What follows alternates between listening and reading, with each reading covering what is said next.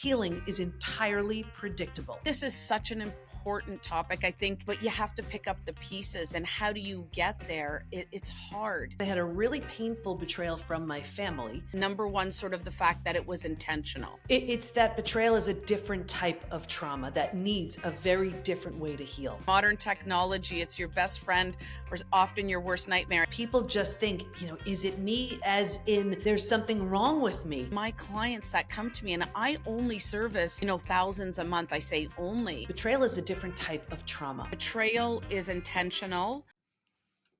Hello, Debbie. How are you? I'm great. How are you? Looking forward to our conversation. Oh, thank you. And I'm awesome now that you and I are chatting. I've been so excited about this interview for various reasons, as you know. So I just want to tell our audience who doesn't know who you are, sort of a little bit about your background. So I'm wondering if you can, let them know what you do today and a little bit about your history and how you got to doing the amazing work and very much needed work that you're doing today. Thanks. Yeah, I'm in business 32 years, health, mindset, personal development.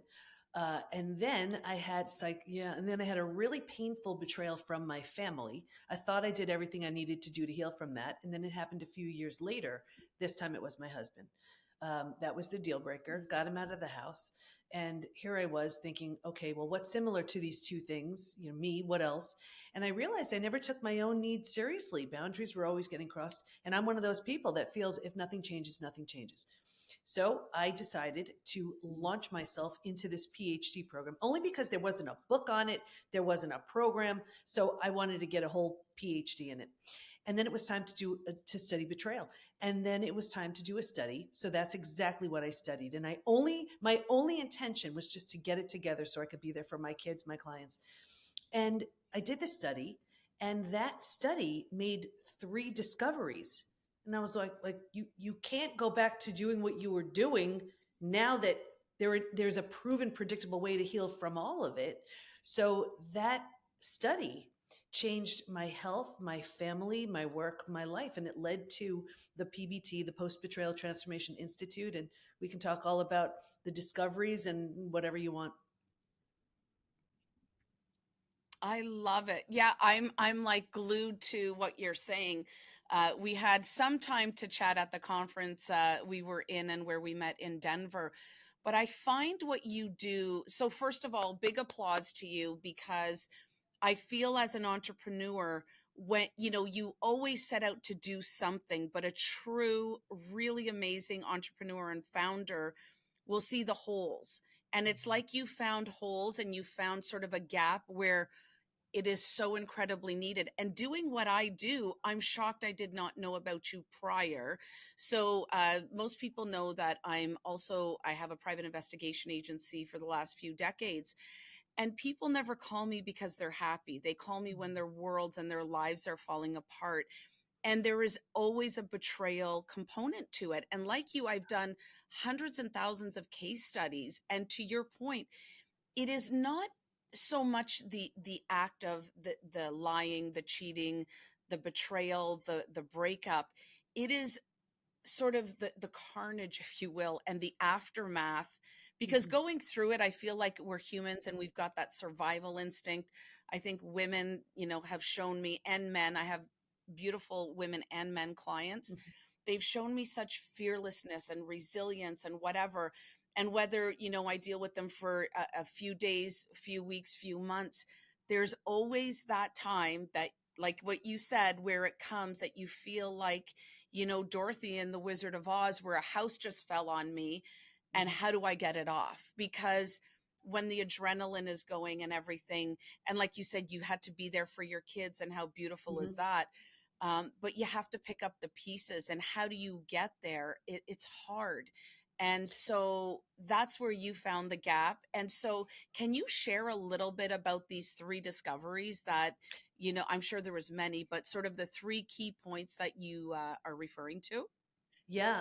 And that's what was so shocking about this. I did not expect this at all. But the first one was betrayal is a different type of trauma. I'd been through death of a loved one. I'd been through disease. And I was like, betrayal feels different. I didn't want to assume it was the same for all my study participants. So I asked them, if you've been through other traumas, does betrayal feel different for you? Unanimously, they said, oh my gosh, it's so different. Here's why. Because it feels so intentional, we take it so personally. So the entire self gets shattered. Rejection, abandonment, belonging, confidence, worthiness, trust are shattered. So think about it. If you lose someone you love, you grieve, you're sad, you mourn the loss, life will never be the same. But you don't necessarily question Mm. the relationship. You don't question your ability to trust. You don't question your sanity. With betrayal, you do. So that type of healing needed its own name, which is now called Post Betrayal Transformation. That was the first discovery. Want me to get to the second? I love that.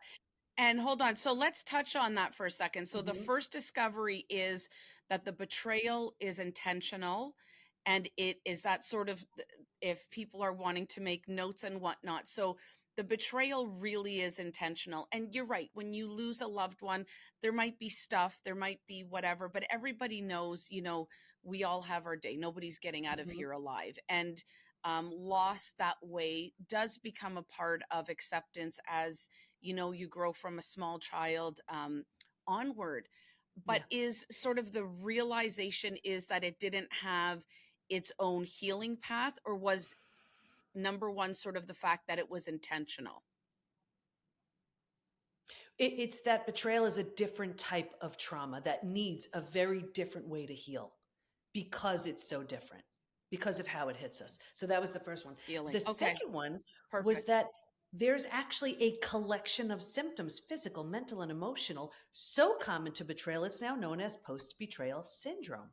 We've had over 95,000 plus people take our post betrayal syndrome assessment to see to what extent they're struggling. A few things about that. First of all, we've all been taught time heals all wounds. I have the proof that when it comes to betrayal, that's not true. That's not true. A new relationship won't heal it. Time won't heal it. Healing is deliberate and intentional. And until and unless you do that, it will follow you into every relationship you have. It'll follow you into your health, your Yes. work, your relationships. So every few months, I pull some stats from the quiz just to see where people land. And I'm happy to share them if that would serve. Yes. Okay, because I that'd be would really love that. awkward if you said no. Okay, so this is out of 95,000 It would people. be like, no, I haven't healed my own trauma, right?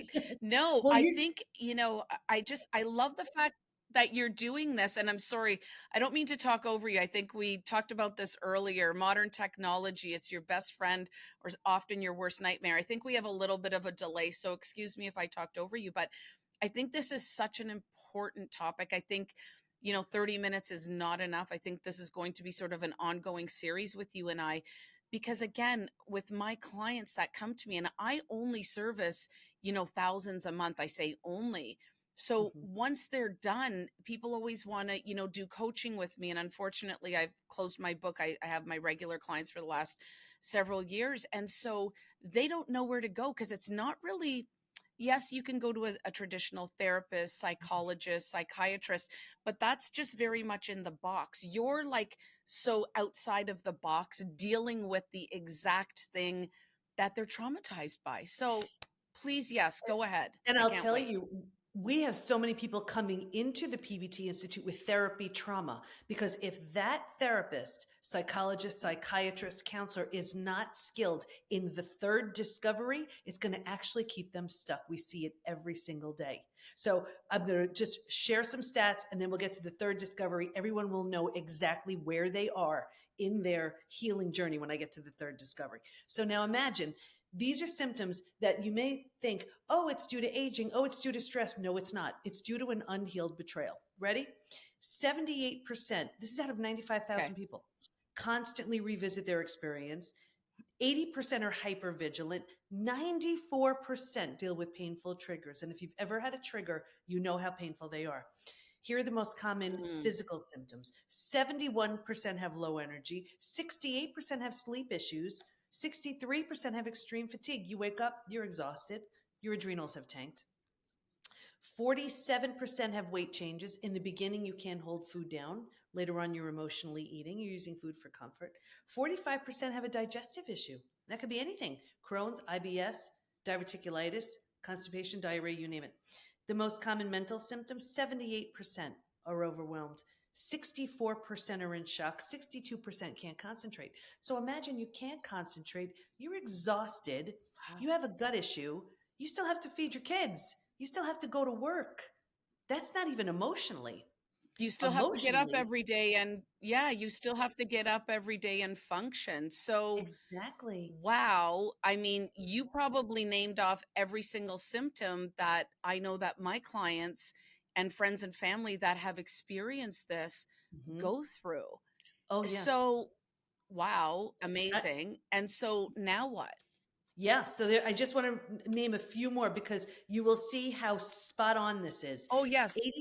80, 88% experience extreme sadness. 83% are so angry. You can go back and forth between those two all day long. This one killed me. 84% have an inability to trust. Imagine what that would do for you. I mean, I can go on and on. Here's Oh, what's so crazy yes. about those stats. They're not even necessarily from a recent betrayal. This could be from the parent who did something awful when you were a kid. This could be from the girlfriend or boyfriend who broke your heart in high school. So think about this. That person may not know, care, remember, they may not even be alive. And here we are decades later with these symptoms because it's just left unhealed. The good news is you can heal from all of it, which is the third Mm, discovery. okay. Yeah. Which Want to get is, into the third wow. one? Yeah. You know what? Before we get to the third, though, let's just touch on that for a minute. So Mm-hmm. many important things that you just said before giving me the second kind of part of it. I think the thing that really, like you said, really kind of hurts me for others is the non-trust issue. Oh, yeah. A lot of times I'm in the thick of the beginning of it, and they will tell me I will never date again. I will never love again. I will never allow somebody to know me again. I will never allow somebody into my life or my children's life. And I think, do not make that decision or that call yet. And so that's my inner voice speaking. I don't tell them that.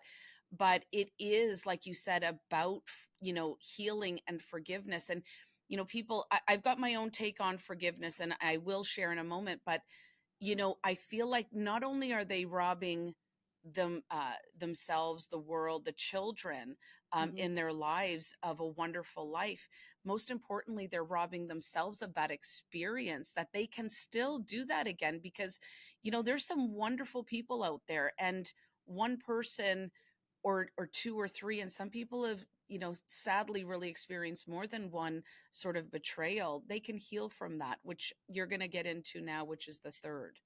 Yeah, and that's a classic sign of an unhealed betrayal. Classic. In relationships, I'll see it in one of two Mm, ways. Repeat betrayals, that's unhealed. Or the big wall goes up, we're like, nope, been there, done that. No one's doing that to me again. And we think it's coming from a place of strength. It's not. It's coming from fear. So they're not healed, they're hardened. And when I go through the next stage, the next discovery, you'll see exactly why these people are where they are. The third was the most exciting of all of the discoveries. And what was discovered was while we can stay stuck for years, decades, a lifetime, and so many people do, if we're going to fully heal, and by fully heal, I mean those symptoms of post betrayal syndrome that I just shared, to this completely rebuilt place called post betrayal transformation, we're going to go through 5 proven, mm, predictable stages. And what's even more exciting about that is we know what happens physically, mentally, and emotionally at every stage. And we know what we need to do in order to move from one stage to the next. Healing is entirely predictable. And I'll share the 5 stages. You will see exactly where wow. that non trusting shows up. Want me to go through the stages? Okay. Okay. Oh, hell to the yes, please. And see if you think you've totally healed, remember, I'll say it, you'll know exactly where you were in your journey, or at the very least you'll know exactly where you are.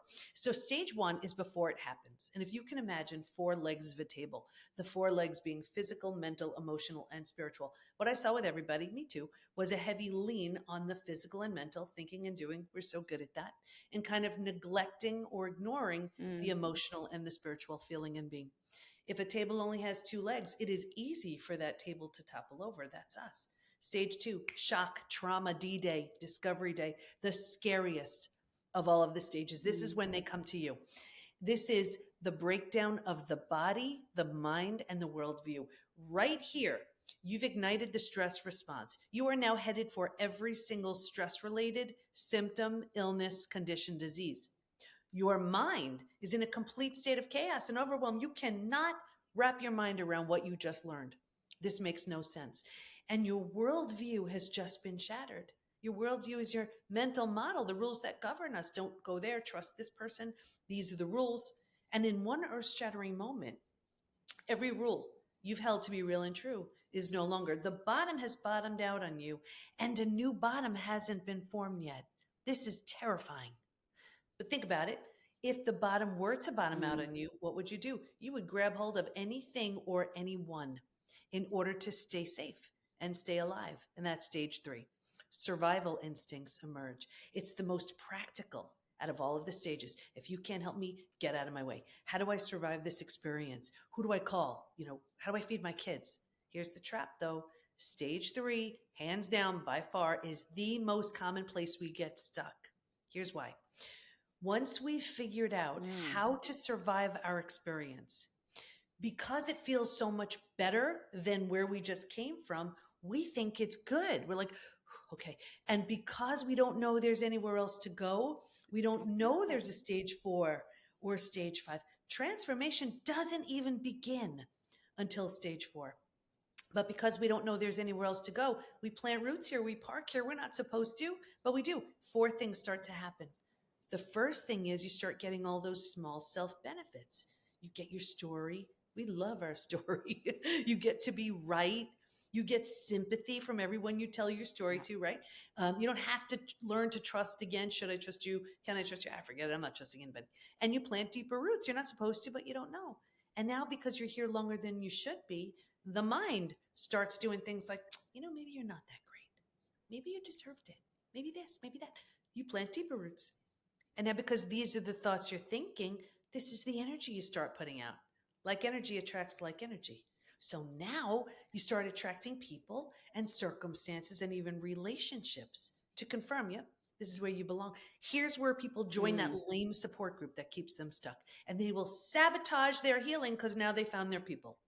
Here's where people will sabotage their healing because they're afraid to outgrow their betrayer. Does that make sense? It gets worse, but I'll get you out It of makes so much sense. here. And Yeah. it's almost like the misery, and I hate this saying, but it's almost like misery loves company. So it's a Exactly. familiar feeling. And I know all my teachings with Tony Robbins was, it's almost that figure 8, right? Like you try to get out, but then you go back to where you're comfortable. Even if it's like you said, the worst place ever, you kind of get there, then you go up, whatever. And then people or circumstances or outside influences drag you down, because I think people don't know that there's something after this, which is You're brilliant. exactly So right. And love it that. gets worse. It gets worse, but I'll get you out of here. Because it feels so bad, but you don't know there's anywhere else to go. Right here, we start numbing, avoiding, distracting. So we start using food, drugs, alcohol, work, TV, whatever it is, to numb and avoid and distract ourselves. So think about it. We do it for a day, a week, a month. Now it's a habit, a year, 10 years, 20 years. And I can see someone 20 years later and say, that emotional eating you're doing or that drinking you're doing, do you think that has anything to do with your betrayal? And they would look at me like I'm crazy. They say it happened 20 years ago. All they did was lock themselves in stage 3 and stay there. You see? Yes. How so interesting and so spot on. I love it. So and that's why most people are solidly rooted in stage 3. And the longer they stay, the worse it gets. And then they wind up medicating and suppressing their symptoms, having relationships to confirm all their feelings of lack and scarcity and everything else. And that's where they live. Anyway, if you're willingness is a big word right here. If you're willing to let go of the small self benefits, grieve, mourn the loss, a bunch of things you need to do, you move to stage 4. Stage 4 is finding and adjusting to a new normal. So here's where you acknowledge, I can't change what happened, but I control what I do with it. Just in that decision, you're turning down the stress response. You're not healing just yet, but you just stopped the massive damage you were picking up in stages 2 and stage 3. Stage 4 feels like, if you've ever moved to a new house, office, condo, whatever, your stuff's not all there. It's not quite cozy yet, but you're like, okay, we can do this. We got this. It feels like that. But think about it. If you were to Yeah. move, you don't take everything with you. You don't take the things that don't represent the version of you want to be in this new space. And what I found was there's this one spot when people go from stage 3 to stage 4. If your friends weren't there for you, you're done. You're done with them. That lame support group, Mm. you're done. The betrayer who isn't changing, you're done. And so people say to me all the time, what the heck? I've had these friends 10, 20, 30 years. Is it me? Yes, it is. You're undergoing a transformation. And if they don't rise, they don't come along. Mm. Very, very common. I Anyway, love that. That is so key for anybody who's listening, going through this, has gone through it, is considering going through it. You're going to make some unpopular decisions for others, but the best decision for yourself. And that is going to mean that friends and family, because they see the growth in you, right? mhm, And they're going to be terrified because they're going to say, well, I can never rise to that. So let's pull them back down. So we're all on sort of an even playing field, if you will. And I've experienced that myself. And sadly, I've had to let go of friends and family who I, to this day love dearly, but I just can't have in my space because it's not healthy. And, you talk about healthy boundaries. mhm. It's really an embetterment of your life, which is going to cost you some friendships and relationships. That's just, I think people need to understand and wrap their head around that. Would you say that's true? It's 100% true. And I'm so glad you brought that up because people just think, is it me as in there's something wrong with me? No, you're growing. You're growing, and that's why. But that's also why you need to have your relationships in a different place to hold you to it. I'm going to show you something you will never forget it. And then I'm going to go to stage 5. You see this? You see my hands right here. So this is what people Hmm. typically do. They're with their partner, their friends, their coworker, whoever, that then they get betrayed. They're so miserable and uncomfortable and unhappy, and then they go back to something very similar, and they wind up doing this all the time. But what you need to do is start moving through the stages, right? But here's what happens. If you're Mm. so bent and committed on being with this person, you know what you do? You keep sabotaging yourself because you're afraid to outgrow them, but you like it up here. So then you're like, well, why can't they do this? Well, they're not ready. So eventually what happens is you do this, there's here, and you get like this. So ideally, you move through the stages. This person may say, I better step up my game to meet the strength of that person. They do this. Now you have a very different relationship. And I mean, that's all we do in the Mm. PBT Institute. We get someone to their, highest and best, their stage 5. We have a program for the betrayer too. If that person is willing to do that, they meet up again up here. But what typical I love counselors that. do, and therapists who don't understand, the person wants to do this, but they're so bent on, we just have to make sure they're okay. So they're just trying to kind of keep this. How do we just make this okay? This isn't okay. It's never okay anymore. Does that make sense? Oh, for me, 1,000%. I'm just hoping that our audience is like grasping what you're saying, because it is worth its weight in gold what you're saying for their healing and the beginning of a new, wonderful, fulfilled, life that is filled with confidence and self-belief. But you have to go through these stages. And my whole thing is, you better get comfortable with being uncomfortable, because growth is not a comfortable state. No, And I no. just, I heard this, I think it was on Instagram, but somebody was talking about somebody's wife, which I won't mention, but nevertheless, and she said, and they're in the trillionaires, okay? And she said, I'm just comfortable with being uncomfortable. That's my new norm. And I've sort of adapted that before it was said that way. But to be the one percenter, and I know you know this, Debbie, is you have to be uncomfortable. So Yeah. you're going to be uncomfortable for a while, and that's okay, because what's on the other side of that is so incredible.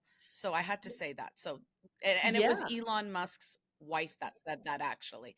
But Yeah. nevertheless, go ahead. I'm Yeah. so excited to hear all this and to share this with the audience because it is so incredibly needed. So Well, incredibly needed. and that's the thing, and rebuilding, just so, and I'll get to stage 5. Rebuilding is always a choice, whether you rebuild yourself and move along. That's that person who just stays here and Mm, refuses to move. You really have nothing to work with, right? So, you go your own way. That's what I did with my family. Or if the situation lends itself, if you're willing, if you want to, you rebuild something from the ground up new with the person who hurt you. That's what I did with my husband. So not long ago, is to mm. totally transform people. We married each other again. New rings, new vows, new dress, and our 4 kids as our bridal party. Never in a billion years would I have done, What? yeah, would I have done anything like that if I wasn't totally transformed and he wasn't either. And that's exactly what happened. That was the deal breaker. And I was like, all right, I'm doing this because I just have to be good for my kids and my work and whatever on his own, because he lost all of us. He lost everything. He did this and we met back up again here. Mm. So it's not, what I see so often That is is so beautiful. people are so afraid of the death of the old. That's the only way you birth the new. The only way. But they're so afraid of that. So they keep patching it up, patching it up, patching it up. It doesn't work. It just doesn't. So yeah, and Oh, just to finish up, absolutely not. Putting band-aids on things, not a good idea. Go ahead. yeah. So, but that's where the transformation is.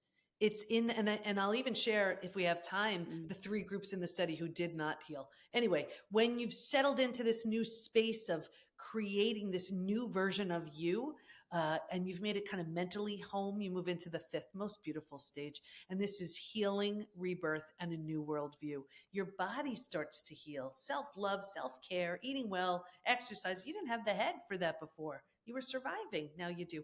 Your mind is healing. You're making all kinds of new rules, new boundaries based on everything you see so clearly now. And you have a new worldview based on the road you just traveled. And the 4 legs of the table, in the beginning, it was all about physical and mental. By this point, we're solidly grounded because we're focused on the emotional and the spiritual too. Those are the 5 stages. mm.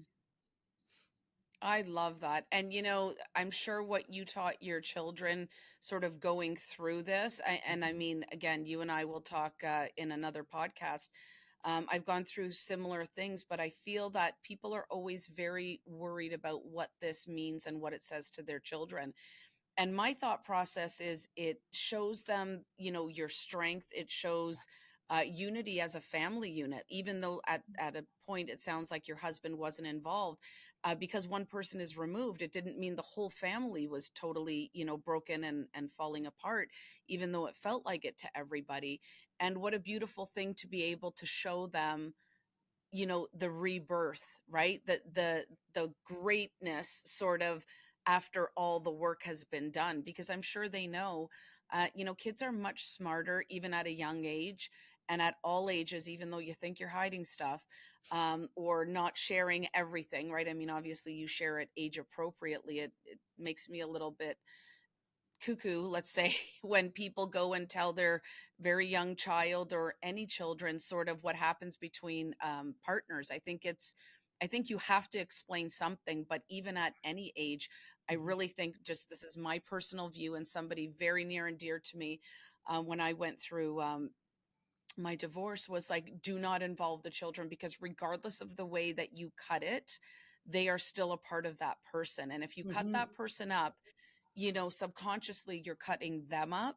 And that stuck with me always. And we Mhm. can all say things negatively if we choose to do so, or you can choose to rise above it and just, take every your experience and learn and grow from it. And that's one of the major things I love about your program and your philosophy, is like, you can take this and you can be okay. Actually, you can live a rock star life if you actually choose to go through these 5 steps.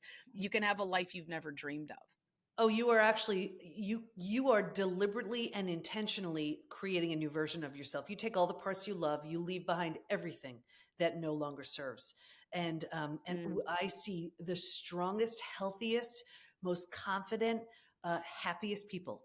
in stage 5. And in stage 5, I mean, that's where you're ready for a new relationship with someone else, the person who hurt you at a very different level. That's what the PBT Institute was, a stage 5 thing, so you're able to do things like that. But just as far as the kids go, and I believe every family, does what they feel is best. But that, you're so right. I was so concerned about the kids. My husband was actually the one who told them. So, to have your 4 teenage kids looking at you like, you did what to mom? If anything has you fall from grace and wake up and realize what's important, it's losing everything and everyone you love. But what happened after that was, it was like team mom, but they saw me crash, and I was like, don't you worry. I don't know how I'm going to do this. You're going to see me rise.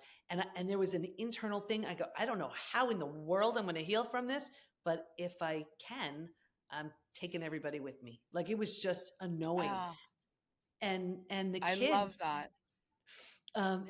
just really banded together. I mean, I said, I'm not firing as off on all cylinders here. I'm going to do the best I can. I love you with every cell of my being. I'm doing my best. I'm going to need a little bit of grace right here.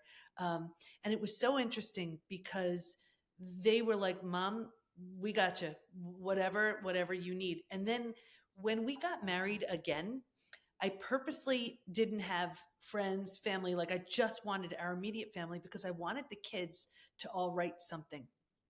And I was so concerned, what would they think? What would they say?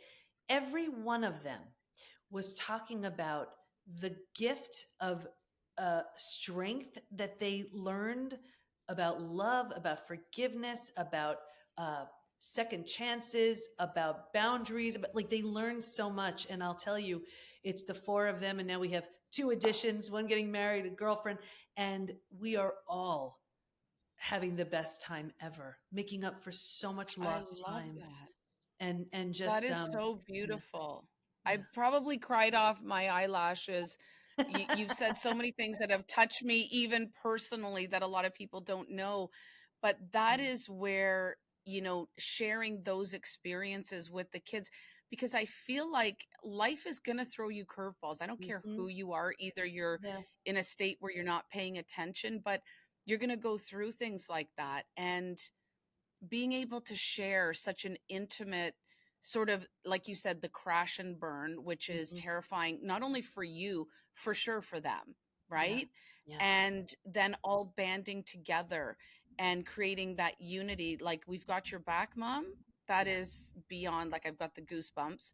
And then also being able to come back together. Like, we don't all get necessarily the happily ever after. I definitely did with another situation, but I feel that it's the growth, and that there's so many and so much valuable lessons. Like you said, I can't even imagine what they all wrote, but it was probably so heartfelt. And you can watch this in a movie, you can learn it in a classroom, but to be able to experience that, you almost look at it like it was a gift of what happened, because you were able to teach, your, not only your children, but this has now become your legacy. The way Yeah. I see it, Debbie, this beautiful legacy of being able to heal hundreds and thousands of people. Yeah, it's and that's trauma well served. I mean, because really, I had a very powerful story. Mm, I was betrayed by everybody I believed in, and everybody would have given me sympathy. But instead, we're helping hundreds of thousands of people. I mean, it just makes it mm, so much more worthwhile. And kids need to learn stuff, and I think it's really important that they learn resilience and they learn strength. And it's only when we're tested do we see how strong we are. And I wasn't going to let the kids just see me, crawl under the covers and not come out. Like, that just wasn't an option. It just wasn't. And it's interesting because as people are moving through this experience, it's the ones who put their head down and say, I have no idea what life's going to look like, but I am just going to keep going till I'm out the other side. They blow the mm. doors off of the 3 groups, if we have time, I'll share, who did not heal. Yes. And healing it really has become a choice. There's a roadmap for it now. So if you're staying stuck, no, you're in stage three, and there's something about it that feels very familiar, that feels very comfortable. Maybe you don't believe in yourself enough to think, I could move to the next stage, or maybe there's a worthiness issue or whatever. But all of that is keeping you so tragically stuck in stage three. Like the worst of it happened already. You owe it to yourself to experience that transformation. And it is waiting for you in stages 4 and 5.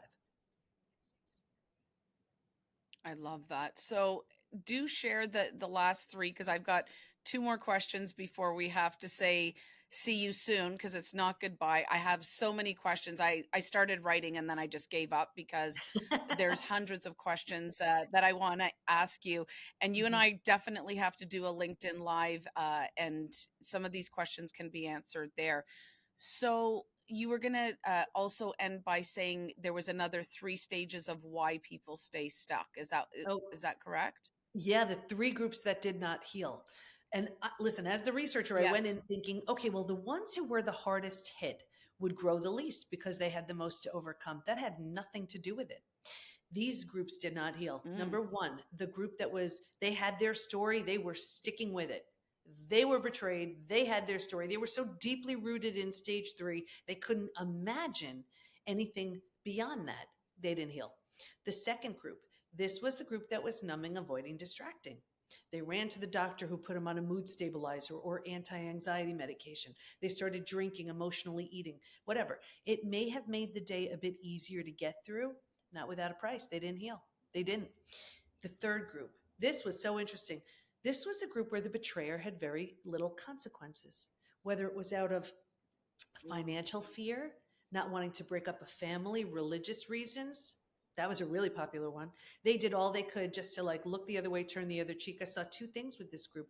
Number one, a further deterioration of that relationship. And number two, that group was the most physically sick. Your broken heart can't take that. wow. Oh, yeah. But they were so committed to just like, la, la, la, la, la, I don't hear, I'm not, and they paid the price in their health, in their relationships, in everything. Mm. Wow, that is so insightful. Everything that you've said, I mean, there's not one thing that I can disagree with or kind of, question or ponder, is that truth? Everything you're saying is spot on. So, kudos to you. What you have developed really is a life-changing, transformational journey. And I can't wait to hear and know more about it, because there's so much that you have talked about today. And I know we're going to get flooded with questions. So, thank you so much for Thank sharing. you. I have a couple of quick questions for you Mhm. personally. So, you know what our brand name is, obviously. So, I want to ask you, what does it mean to you to be unbreakable? Like, if you Ugh. think of that word, or if you think I am unbreakable, and not only do you need the t shirt, you need the hat, you need the bumper sticker, you need all of it. But what does it mean to you to be unbreakable? I think it's really important. When people say I'm broken, I'm like, no, you're not, you're bent. These things happen. Things come along Mm, that will bend us. We're never broken. We're never broken. These things come our way to show us how strong we are. And these are all opportunities to say, what am I going to do with this? The people who hurt us the most are by far our greatest teachers. It's a sucky way to learn a lot of lessons, but it's really true. It's when you look at it and say, I never would have been this strong, this resilient, never would have created this thing, whatever it is for you, had this not happened. That's being unbreakable. What do you do with it? Yeah, you can be stuck in I your love that. trauma, or you can do something really good with it. It's up to you. I love that. I love it. And my answer is always very similar, and hence why I created the brand. But it is only through these tough times that we grow. And like you said, that we really see, okay, what are we made out of? Right. And Exactly. so one of the tactics that I also use with a lot of my clients is to change the narrative, as opposed to, oh, I got rejected, somebody slammed the door in my face, Mm-hmm. no, I was cheated on, whatever. I'm like, change the narrative, which is, such a simple thing to do. And it's like, okay, universe, or whoever you pray to or believe in, What are you trying to tell me? Okay, I hear you. Okay, times are really hard right now. What is it you're trying to say? I will rename rejection as redirection. And it sucks and it's painful and it's tough. But what is it trying to it's taking me on another path because that's not my path. And so I think simple things like that are so key. But everything that you have said about being unbreakable and your whole philosophy and your case studies are just absolutely brilliant. My last question to you: you are doing so many fantastic, wonderful, life changing work. Is there anything you can give us a sneak peek in on for what's next, or are you doing something else that you can kind of share with us? Yeah, sure. It's actually two things. One is last September, the PBT Institute founded National Forgiveness Day. So it's a day to forgive yourself for being too hard on yourself, a day to forgive others, whatever it is. So that's September 1st. That's coming up. And the second thing is we have a new division in the PBT Institute, and it's PBT Corporate. And the reason why we're doing that is we have so many people, from one from this company, one from that company, one from the other company, and companies just think, okay, well, let me have as a benefit a therapist or a counselor. And it doesn't work. If that person isn't highly skilled in the five stages from betrayal to breakthrough, they're actually Mm. paying that person to keep them stuck. So we're trying to bring our platform as a resource to all different companies so that their people can look, feel, live, perform better, and they can have a more productive, healthier, happier workforce. So so important. You know what? I love you even more than I did before, with everything that you're trying to everything you've accomplished, but you continue to trailblaze and see, well, how can I make it better for others? And I really, big love and big kudos Me to you too. for everything you've done and continue to do. And I cannot wait for our next podcast with you. Thank you, Debbie. Thank you so much. I was so excited to do this with you, my new friend. Me too. Chat soon.